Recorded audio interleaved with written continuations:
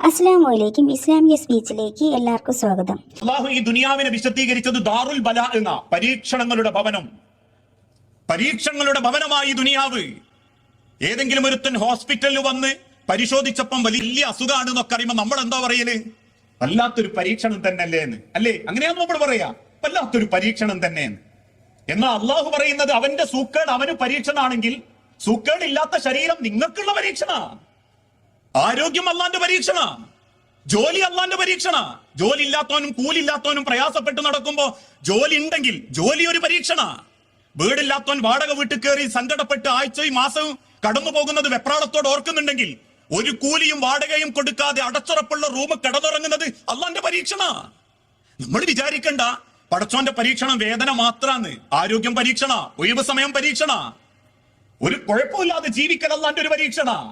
എല്ലോ റാഹത്തിൽ ഇങ്ങനെ മുന്നോട്ട് പോകുന്നുണ്ട് എന്ന് പറയുന്നത് ഒരു പരീക്ഷണ. പരീക്ഷണം എന്ന് പടച്ചോൻ ദുനിയാവിൽ ഉദ്ദേശിച്ചത് അള്ളാഹ് സങ്കടപ്പെടുത്തുന്ന വേദനിപ്പിക്കുന്ന ശരീരങ്ങൾ മാത്രമല്ല. ആ പരീക്ഷണത്തിൽ പടച്ചോൻ തരുന്ന ഏറ്റവും വലിയൊരു പരീക്ഷണ നമ്മളെ ആരോഗ്യം, നമ്മളെ ആയുസ്. ഒരു 10-70 വയസ്സായ 80 വയസ്സായ ചിലരോട് ചോദിക്കുമ്പോ പറയും 80 വയസ്സായി, പടച്ചോൻ എത്ര റാഹത്ത് തന്ന്. അള്ളാഹ് തന്നൊരു നിയമത്തല്ലേ, ഇനി മരിച്ചു പോണം. 80 ആർക്കോ കിട്ടലുണ്ടോന്നാ ചോദ്യം. അതിന്റെ അർത്ഥം പടച്ചോൻ നിങ്ങൾക്ക് തോനെ തന്നു എന്നല്ലോ.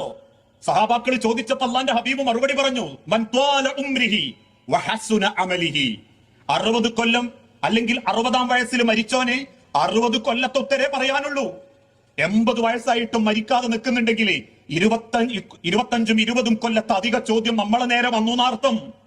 അല്ലാതെ എനിക്ക് 20 കൂടുതൽ കിട്ടി, എനിക്ക് 90 കിട്ടി, എനിക്ക് 100 വരെ കിട്ടി എന്ന ആഹ്ലാദത്തെക്കാൾ ആ കിട്ടിയ കാലം കൊണ്ട് എനിക്ക് അള്ളാന്റെ അടുത്തേക്ക് എത്ര അടുക്കാൻ പറ്റി എന്ന് ചിന്തിക്കുന്നിടത്താണ് എന്റെ ആയുസ് എനിക്ക് പരീക്ഷണമാണോ, എന്റെ ആരോഗ്യം എനിക്ക് പരീക്ഷണമാണോ എന്ന് ചിന്തിച്ച് നമ്മൾ ഉത്തരം കണ്ടെത്തേണ്ടത്.